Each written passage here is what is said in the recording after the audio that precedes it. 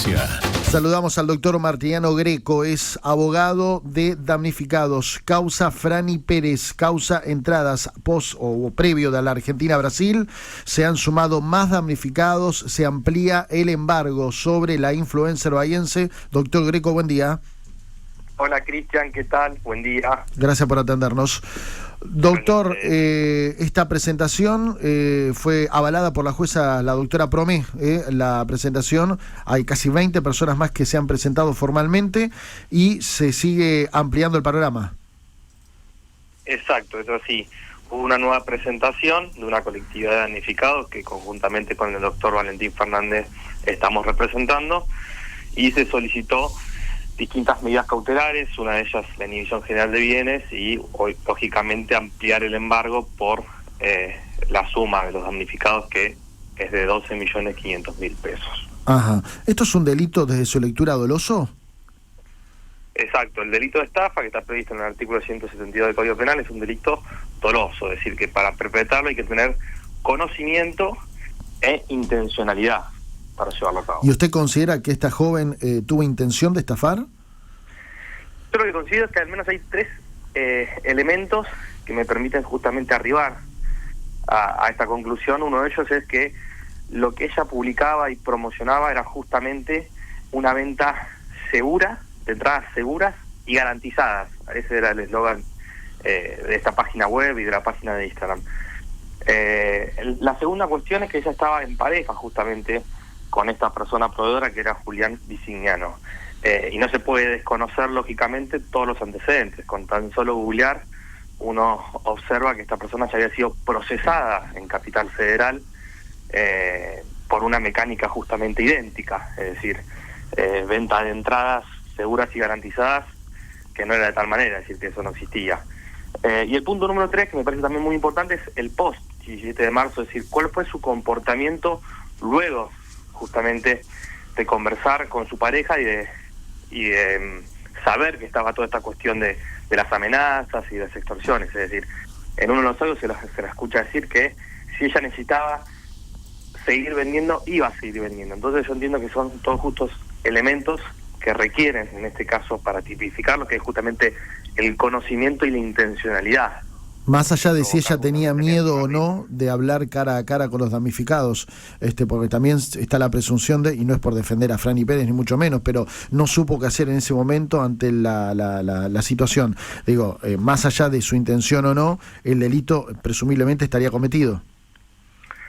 Yo entiendo que a la altura de la investigación y con, lógicamente, el grado de provisoriedad de la misma, entiendo que prima facie hay elementos justamente constitutivos. Después, cuestiones que hacen al fondo, si se actuó bajo amenazas, desde cuándo surgieron esas amenazas, son todas cuestiones que obviamente van a tener que ser analizadas y lógicamente el resultado va a depender también de varios factores, como le decía recién. Más allá del tema de las amenazas, cuando se inicia esta venta, no se hace saber que se actuaba como intermediario o que la persona que justamente proveía los tickets era Julián Bisignano, porque si no, lógicamente, de haber vendido 2.000 entradas hubiesen sido algunas pocas.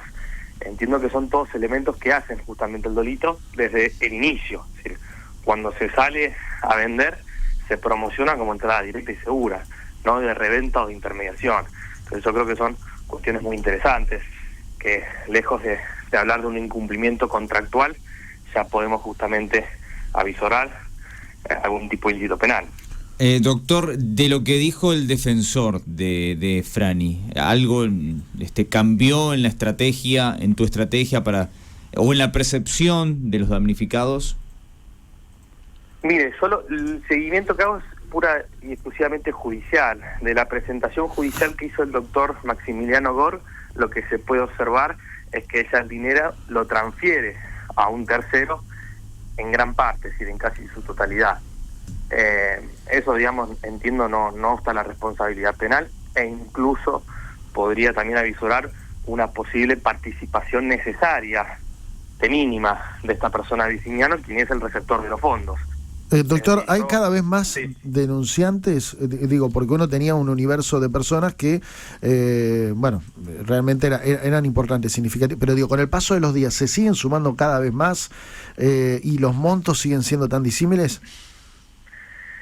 Sí, a ver, los montos son una cuestión lógica de la cantidad de tickets, es decir, lo que se da es que no es que cada persona tiene un ticket, sino lo común es observar que al menos cada persona se ve que en representación del grupo familiar o el grupo de amistad fue comprando más de un ticket, por eso son los distintos valores. Y lógicamente, a medida que esto se hace visible, obviamente los damnificados se animan a instar la acción y a denunciar, y lógicamente eso hace que el grupo aumente.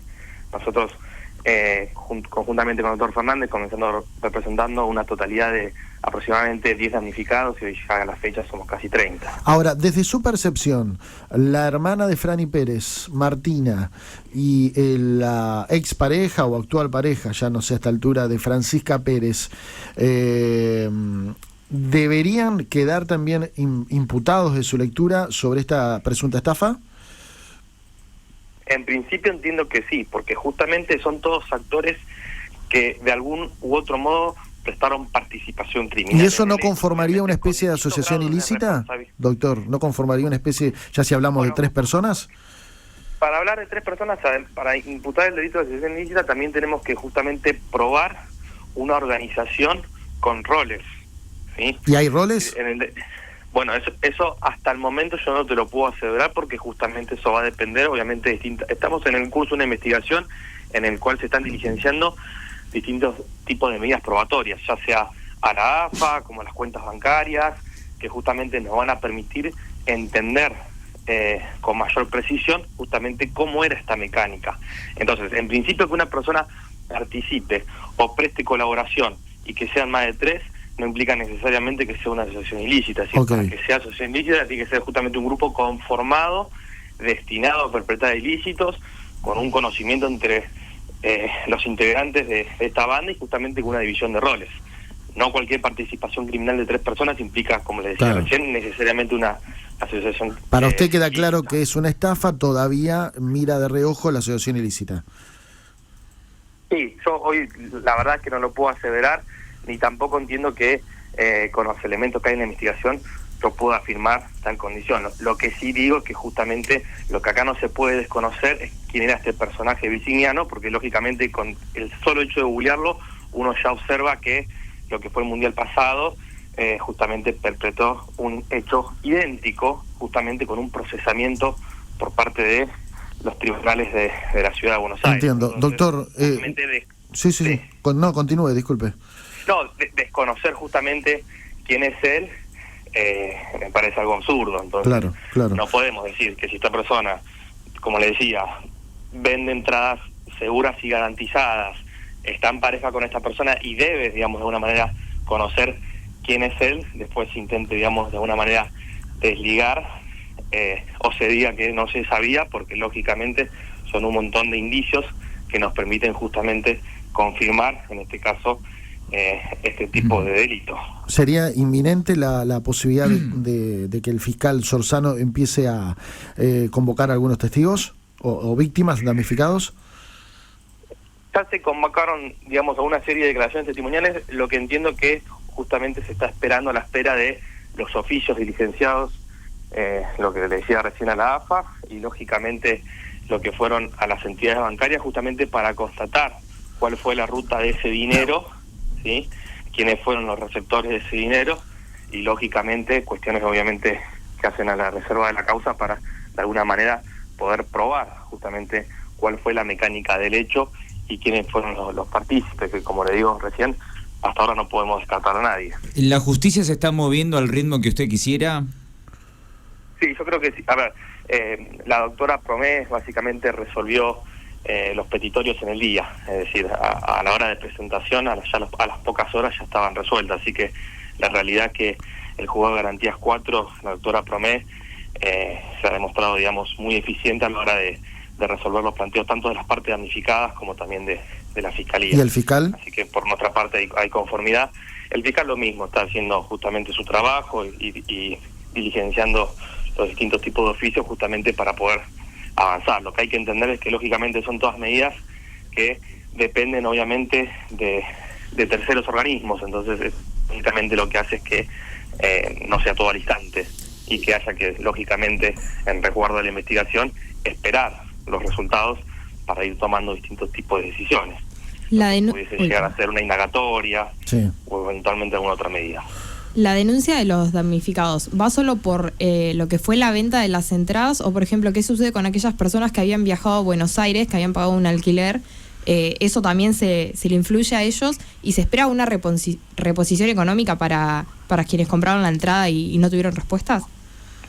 Eso eventualmente lo que se tendrá que ser canalizado por la vía civil correspondiente, es decir, los daños y perjuicios que ocasionó de alguna manera esta ardid tendrán que ser, como les decía recién, canalizados ante la vía civil y eventualmente si hay justamente gastos de aéreos, de pasajes, de colectivo, de estadía, obviamente no pudieron ser de alguna manera consumidos por la falta de entrada, son todas cuestiones que tendrán que ser indemnizadas en el fuero civil. Acá en el fuero penal lo que se busca, o el objetivo es aplicar una sanción y eventualmente la reparación del daño sería el valor justamente de la seña, de la totalidad de las señas. Claro. Todo el resto de los rubros son canalizados en la vía civil. Doctor, gracias por atendernos en el marco de la Ruta del Dinero F. Muy gentil, muy amable. Gracias a ustedes, saludos. 8 de la mañana, 9 minutos. La Ruta del Dinero F, la Ruta del Dinero Frani, tal como lo graficaba el